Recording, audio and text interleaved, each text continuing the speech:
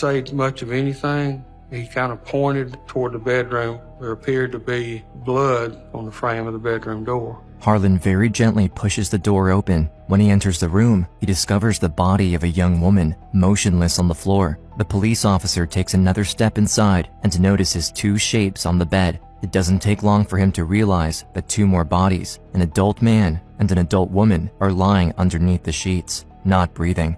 Next to them, he sees a baby crying.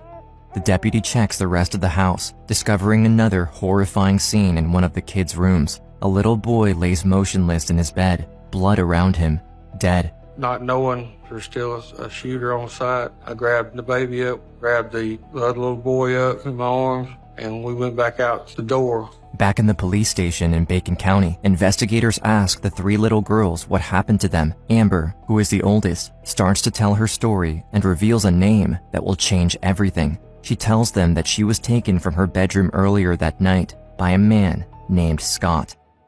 The year is 1995. Amber is 8 years old and lives with her biological mother, Kim, who is a recovered alcoholic. Growing up, Amber and her siblings were routinely placed in foster homes as her mother was unable to take care of them. But throughout the years, Kim was determined to better her life and become sober to provide a loving, supportive home for her 3 children. While attending Alcoholics Anonymous, she meets another recovering alcoholic, Danny Daniels, and they fall in love and start a new sober life.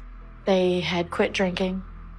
They had changed everything about their lives. The day that child services let me return back home to my mother was probably one of the best days of my life.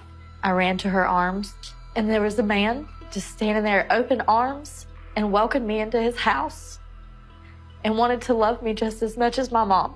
Danny and Kim got married, bringing together his teenage daughter, Jessica, and her 3 kids, Brooke, Bryant, and Amber, all under one roof. Kim's aspiration of providing a secure, loving, and supportive home for her children was becoming a reality. Just a few years before, it was her who needed assistance for her children.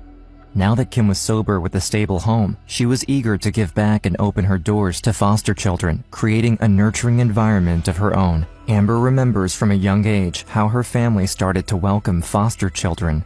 It was so exciting to have kids to play with.